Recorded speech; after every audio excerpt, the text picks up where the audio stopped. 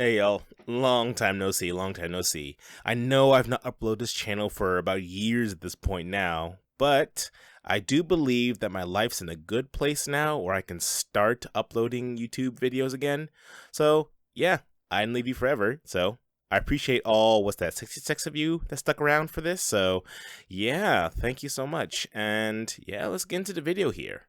Spoiler warning before we start here. For those of you who have not completed Legend of Zelda: The Breath of the Wild, I suggest you finish the game first and then come back. Please come back.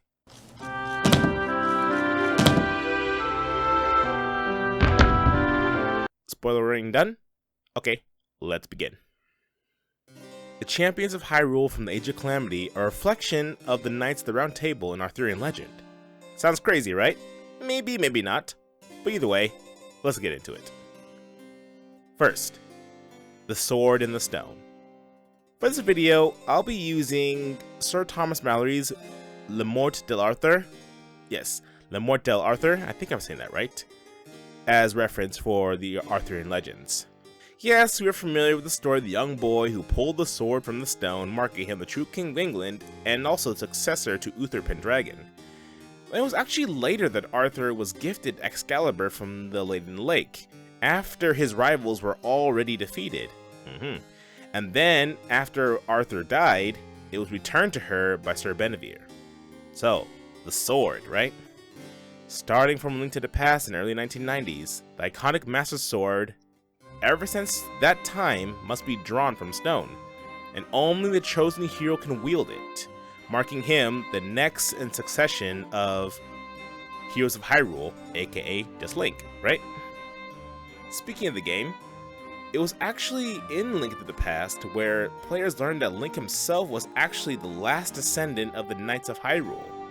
In Breath of the Wild, Link, which the internet has nicknamed Wild, is actually a knight in active service to the Hylian throne, like his father before him. Your path seems to mirror your father's. You've dedicated yourself to becoming a knight as well. Your commitment to the training necessary to fulfill your goal is really quite admirable. I wish we could have seen a little bit more of his father, but we'll talk more about the silent protagonist later. Like his predecessors, Wild also drew the legendary blade from stone, marking him the true hero and linking him to his predecessors. And no, I'm not going to explain the whole Zelda timeline. That thing just, yeah. Okay, so just real quick about the Zelda timeline. I don't think there is a timeline. That's my conspiracy theory. I just think they want to make cool stories, and yeah, that's all they cared about. So, fight me in the comics later. Duty and loyalty. If it were not for the intervention of Zelda, from what we've seen in the flashbacks, Link too would have died just like his fellow knights at the castle and his fellow champions. Being a Japanese game, Link's knightly devotion is a reflection of the samurai code of Bushido.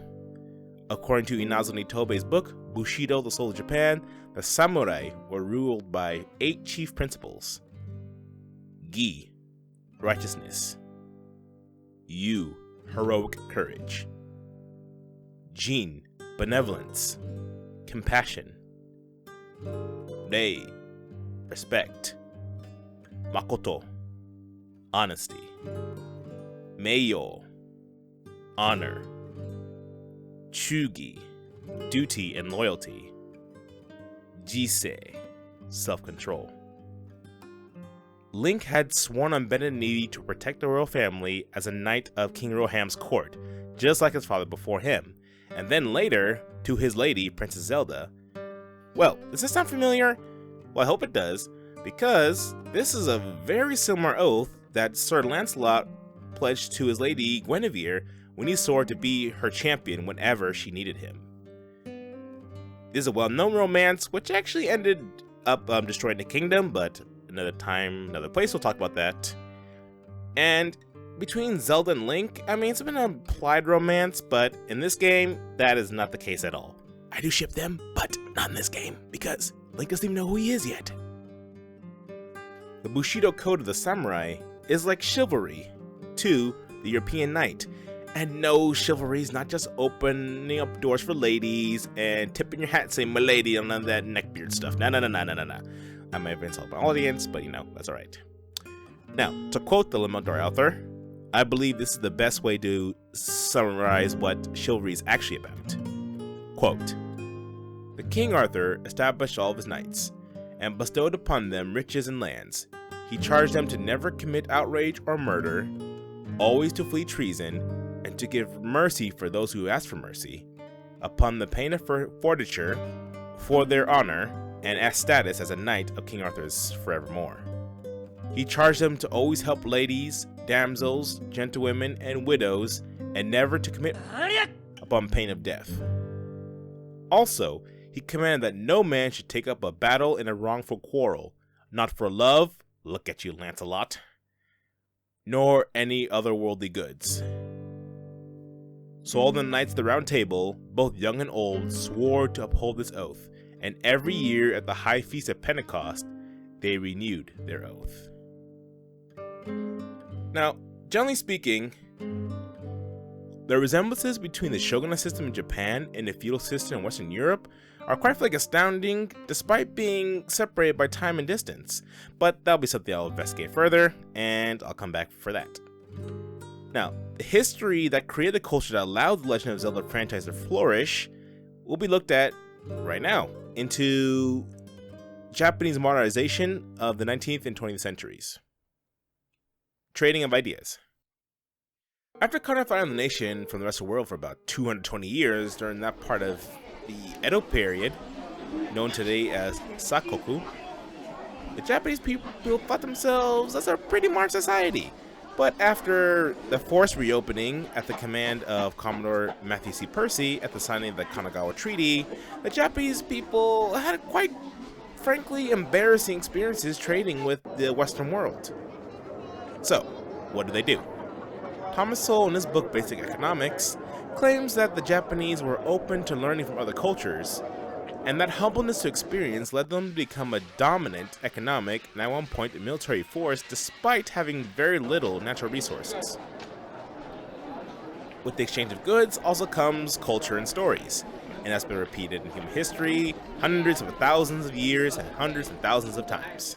Now, if you look at especially when the birth of the manga industry around the 50s and the 60s, you'll see that many heroes of early Japanese manga did, and still to this day, possess heavy Western influence rather than Eastern ones, and Japanese included. That same trend can be found in many modern anime, pop music, and of course the video game industry, the most successful being The Legend of Zelda. Now, the reason why I'm making this video is because compared to other Zelda titles, the Calamity story is so interesting to me because of the supporting cast, the champions, whom I just call in my headcanon the Knights of Calamity, those being Minfa of the Zora, Revali of the Rito, Daruk of the Goron, and Urbosa of the Gerudo, all of which were chosen and then honored by their people even after their deaths.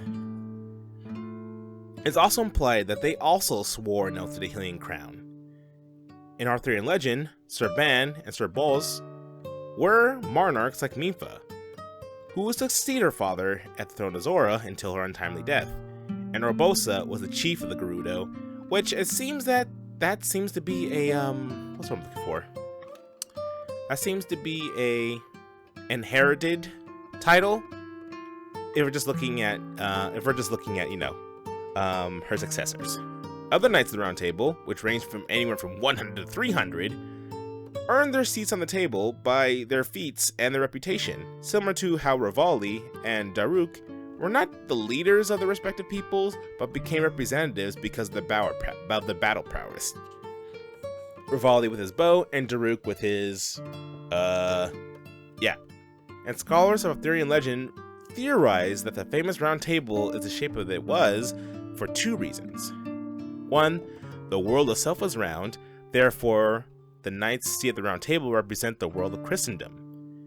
And of course, the champions all represent the major sentient races of Hyrule, not including the Koroks, but Reason number two, the shape implies equality under the leadership of King Arthur. The Five Knights of Calamity all have one representative from each of the sentient races of Hyrule from our corners, all under the leadership of the Healing Crown. Now, this comparison falls a little bit short in that, according to Revali, the champions were there to support Link, while he was supposed to be the one leading the charge against Calamity Ganon. Even if that's true, even Sir Link, as we just talked about, was following the leadership of the Hylian throne. Therefore, all the knights were still under the command of the monarch. Alright, it's been a while, hasn't it? Yeah, I got a beard now. Yeah. Anyways, yeah, I finally got this video out. It's been sitting on my desk for months at this point, and I'm just glad that I got it out. And basically, that's going to be the direction of the main channel, as if I have different channels. But yeah, that's going to be the main direction of the channel, is we're going to be doing video game critiques. And what I think the story's really trying to tell us, you know? And yeah, that's going to be what 2024 is going to be all about. And I am not done with the Legend of Zelda franchise, because there's a lot of good stuff in Breath of the Wild especially that relates to Japanese culture, and I think that's something that people want to hear. So yeah, look out for that in 2024, huh? Yeah. But my next video also is going to be either Ghost of Tsushima, or it's going to be Little Nightmares. Alright, sounds good? Alright, go ahead, rate, comment, subscribe for me, and I'll see y'all in the next video.